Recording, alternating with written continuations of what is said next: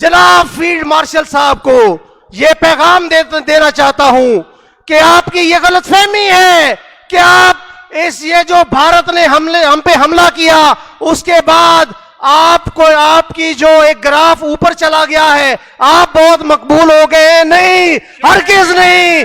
आप ये देखें, यहां पूरे मुल्क से नुमाइंदगी आई है। आप जरा देखें, आप उन अपने पपेट्स और अपने उन हवारियों के नसार में हैं, उन अपने लिफाफी सहाफियों के नसार में हैं जो आपको इस तरह के खबीस किस्म के वो आपको बताते हैं कि आप बड़े मकबूल हो गए हैं। और जिस तरह आपने फील्ड मार्शल का अपना कैबिनेट से मंजूर करवाया वो भी हमें पता है। मैं बहुत से हमारे लीडरशिप ने सारी बातों का बहुत डिटेल से उन्होंने इजहार किया।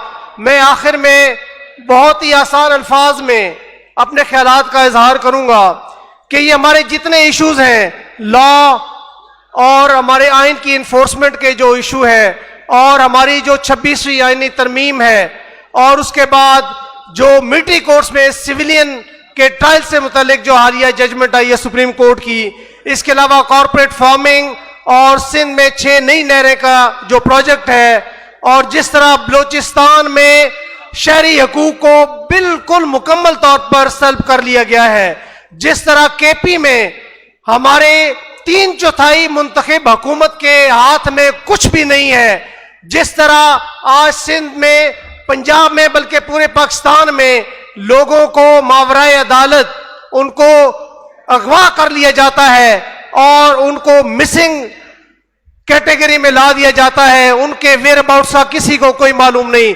इन सब इश्यूज का खुरा एक ही तरफ जाता है और वो है हमारी मिलिट्री एस्टेब्लिशमेंट। और जिसने आज तक 76-77 सालों में हमारा मुल्क चलाया है, मैं खराजे तहसीन पेश करता हूं हमारी इस कौम के मोहसिन जनाब इमरान खान नियाजी साहब को, जिन्होंने आज हमें यह शऊर दिया और आज आपका स्याह चेहरा हमारे सामने आया। आपने जिस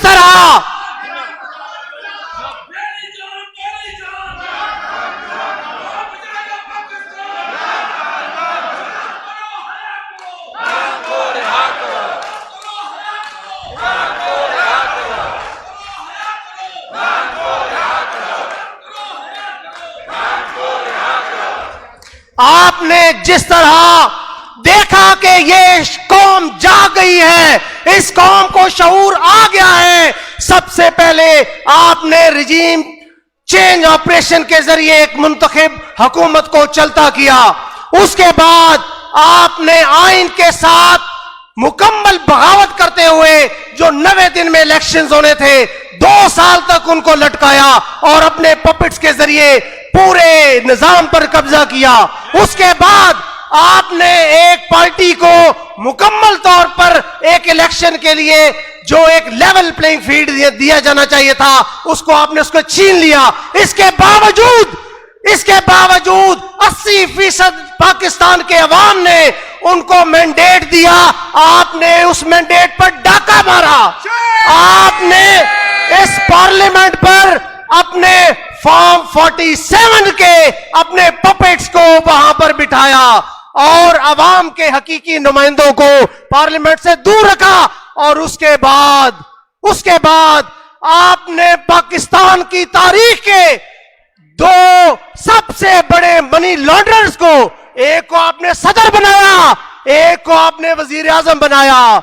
और आज हम समझते हैं, हमें यह बात समझ में आती है कि क्यों आपने ऐसा किया, क्योंकि आपने 26वीं आईनी तरमीम पास करवानी थी, क्योंकि आपने हमारा निजामे अदल, क्योंकि आपने 26वीं आईनी तरमीम पास करवानी थी। आपने सारी कोर्ट्स को, पूरे निजाम को, हमारे सारे इदारों की पैकिंग करनी थी और उसका आज हमें शाखसाना नजर आ रहा है। आज ये जो मिलिट्री कोर्ट्स में सिविलियन के ट्रायल से मुतालिक जो फैसला आया है, ये उस नाजायज तरमीम के बटन से पैदा होने वाला पहला बड़ा फैसला है।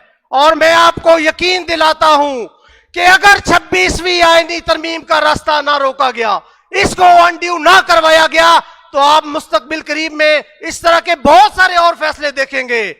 आज मैं इस कन्वेंशन पे, इस मौके पे, इस फोरम से जनाब फील्ड मार्शल साहब को यह पैगाम देना चाहता हूं कि आपकी ये गलतफहमी है कि आप ये जो भारत ने हम पे हमला किया, उसके बाद आपको आपकी जो एक ग्राफ ऊपर चला गया है, आप बहुत मकबूल हो गए। नहीं, हरगिज नहीं। आप ये देखें, यहां पूरे मुल्क से नुमाइंदगी आई है। आप जरा देखें, आप उन अपने पपेट्स और अपने उन हवारियों के नसार में हैं, उन अपने लिफाफी सहाफियों के नसार में हैं, जो आपको इस तरह के खबीस किस्म के वो आपको बताते हैं कि आप बड़े मकबूल हो गए हैं। और जिस तरह आपने फील्ड मार्शल का अपना कैबिनेट से मंजूर करवाया, वो भी हमें पता है। और जिस तरह आपने कैबिनेट से अपने आप को फील्ड मार्शल का खिताब दिलवाया, हम जानते हैं। हमें आपका जो आगे प्लान है उसका भी पता है।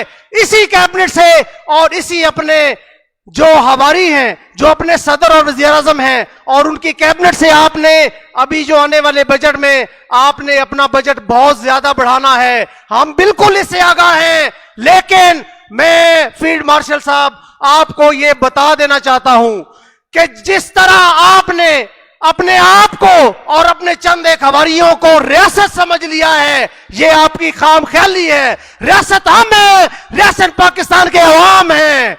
और जिस तरह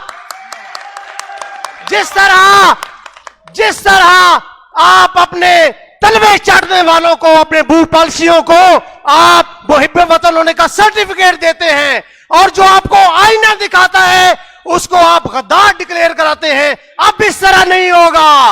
अब यह कौम जाग चुकी है। और मैं आपको अब भी कहता हूं कि आप होश के नाखन लें।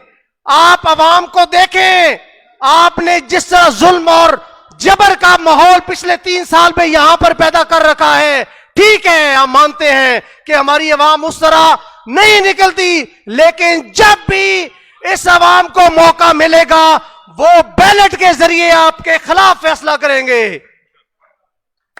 और मैं जनाब मुगल साहब, आपने पॉइंट आउट किया, हम बड़ा भाई होने की हैसियत से हमें अपने मसाइल भी पता है, हमें अपने छोटे भाइयों के मसाइलों का भी बखूबी इल्म है, हमें अपनी जिम्मेदारियों का भी एहसास है। इंशाअल्लाह हम पूरी तरह आगाह हैं। हम इंशाअल्लाह जो भी हमारी लीडरशिप हमें एक राह दिखाएगी, हम भरपूर तहरीक चलाएंगे। हम आपको ये यकीन दिलाते हैं कि ये सारे इश्यूज जब तक हमारी फेवर में नहीं होते, जब तक हमारे ये मसले रहते हैं, ये तहरीक बिल्कुल नहीं रुकेगी। और इंशाअल्लाह हर दिन इसको आगे बढ़ाएंगे। मैं आपको यह भी यकीन दिलाता हूं कि जिस तरह हमेशा की तरह जब भी इस मुल्क में मुश्किल वक्त आया, इस काले कोट ने इस कौम को लीड किया। आज भी हमारी कौम इस काले कोट की तरफ देख रही है, और हमें अपने जिम्मेदारियों का एहसास है। ये जो मेरी लीडरशिप पूरे मुल्क से यहां पर मौजूद है, ये उस जिम्मेदारी के एहसास की गवाही देती है। और मेरी कौम बिल्कुल मायूस ना हो। हम इंशाअल्लाह बहुत जल्द इस काबिज तबके से आपको छुटकारा देंगे। इंशाअल्लाह अल्लाह ताला हमें जरूर कामयाब फरमाएगा। इंशाअल्लाह हमारी नीयत सही है, और हम हक और सच पर हैं, और हम हुसैन के दावादार हैं, हुसैन के पैरोकार हैं, और हम किसी भी यजीद की इंशाअल्लाह बैत नहीं करेंगे। और आखिर में मैं आज हमारे लीडरशिप ने इस पूरे कन्वेंशन का जो इलामिया जारी किया है, मुख्तसरन आपके सामने पेश करता हूं। सबसे पहले नंबर पर 10 रुकनी ये है, मुख्तसरन बयान करता हूं। हम पाकिस्तान के वकला मुत्तफ़िका तौर पर समझते हैं कि 26वीं आईनी तरमीम आइन की बुनियादी साख और इसकी नुमाया खसूसियात के खिलाफ है, और इसके लिए ये कलदम और गैर मुअस्सर करार दी जानी चाहिए।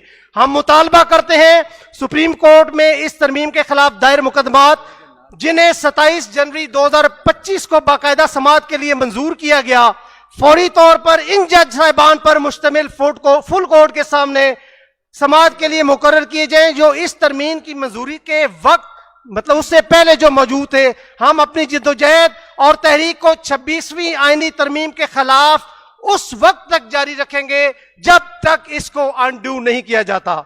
दूसरे नंबर पर हम सुप्रीम कोर्ट के 7 रुकनी बेंच के इन फैसलों की सख्ती से मुजम्मत करते हैं और शदीद हम मुखालफत करते हैं, जिन्होंने आम शहरियों और वकला के फौजी अदालतों में ट्रायल को जायज करार दिया। यह फैसला आईन पाकिस्तान और आलमी आईनी रुझानात के मुनाफी है, जो इस असूल को तस्लीम करते हैं कि आम शहरियों का फौजी अदालतों में ट्रायल नहीं हो सकता।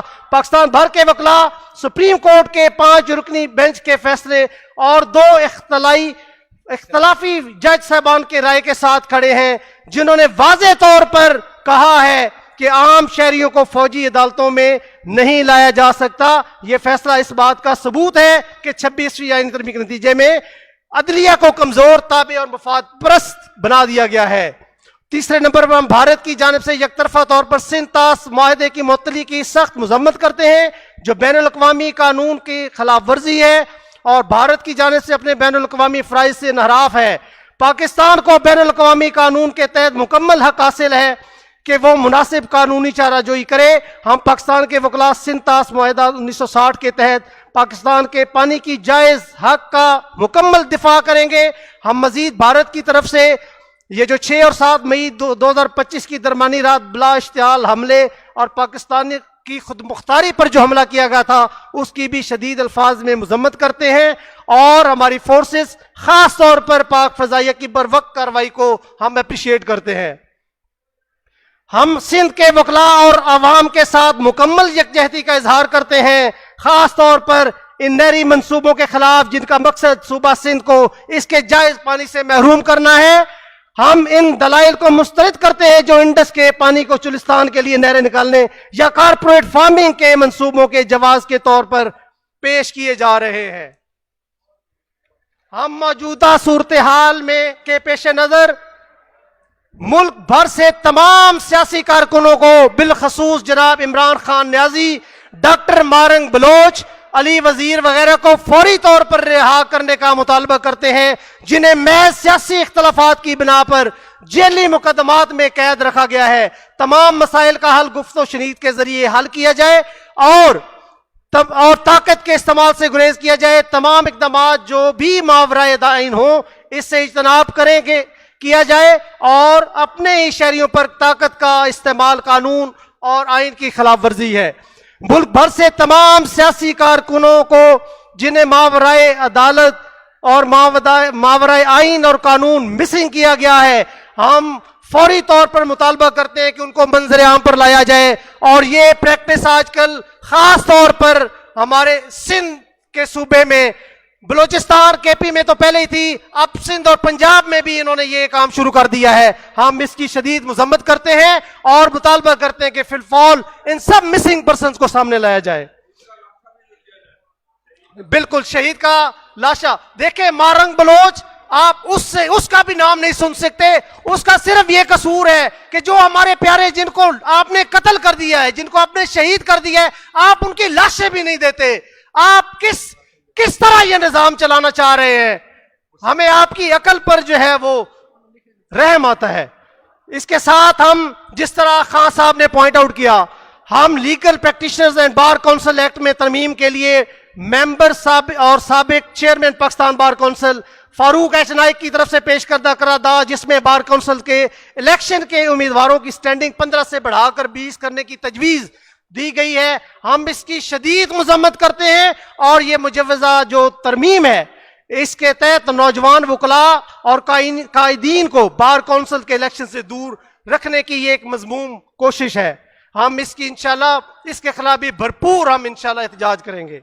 इसके अलावा हम मुतालबा करते हैं कि पूरे मुल्क में बार काउंसिल्स और बार associations बशमूल supreme court bar associations के इलेक्शंस बायोमेट्रिक सिस्टम के तहत हो और किसी जगह भी मैनुअल सिस्टम्स के तहत इलेक्शंस ना हो। और हम 9वें नंबर पर हमारा यह मुतालबा है कि पाकिस्तान इलेक्ट्रॉनिक क्राइम पीका एक्ट में की जाने वाली हालिया तरमीम की हम मजम्मत करते हैं हुकूमत ने पार्लियामेंट में जबरदस्ती मंजूर कराई है, जो आज़ादी राय, इजहार राय और मीडिया की आज़ादी जैसे बुनियादी हुकूक की सरीहन खिलाफ वर्जी है। हम पूरे पाकिस्तान में सहाफ़ियों और मीडिया वर्कर्स के साथ खड़े हैं जो इजहार राय की आज़ादी के लिए जदोजहद कर रहे हैं। हम इनके साथ इस जायज़ मकसद में इनसे मुकम्मल यकजहती का इजहार करते हैं। और आखिर में ईवान ने यह मुतफिका तौर पर फैसला किया है कि हम इन मज़कूरा बाला मकासद के हसूल तक पाकिस्तान के दीगर शहरों में भी वकला कन्वेंशन मुनक्किद करेंगे, अपनी इस तहरीक को आगे बढ़ाएंगे और जब तक हमारे मकासद पूरे नहीं होते इंशाल्लाह हमारी ये जद्दोजहद जारी रखेगी। और इसके साथ साथ मैं इस फोरम से यह भी ऐलान करना चाहता हूं कि इंशाल्लाह जिस तरह हमारे लाहौर बार के सदर मुबश्शिर रहमान ने कहा कि इंशाल्लाह हम डिवीजनल लेवल पर हम इंशाल्लाह अब ये कन्वेंशन करवाएंगे, तो डिवीजनल लेवल पर इंशाल्लाह अगला हमारा कन्वेंशन गुजरांवाला में होगा और मरकजी लेवल पर हम इंशाल्लाह अगला जो कन्वेंशन है वो इंशाल्लाह ईद उल अजहा के बाद मिड ऑफ जून या उससे थोड़ा सा बाद इंशाल्लाह एबटाबाद में होगा। तो मैं एक दफा फिर अपनी लीडरशिप और तमाम मेंबरान बार का बहुत मशकूर हूं। आपने यहां आकर अपने एक जिम्मेदार होने का जो है वो सबूत दिया है और इंशाल्लाह हम आइंदा भी आपसे ऐसी ही जो तावन का हम उम्मीद रखते हैं और इंशाल्लाह आपकी ये नुमाइंदगी आपकी आवाज है और जो आपके इंशाल्लाह मसाइल और आपके इश्यूज हैं उसके लिए जिद्दोजहद करती रहेगी। आपका बहुत शुक्रिया।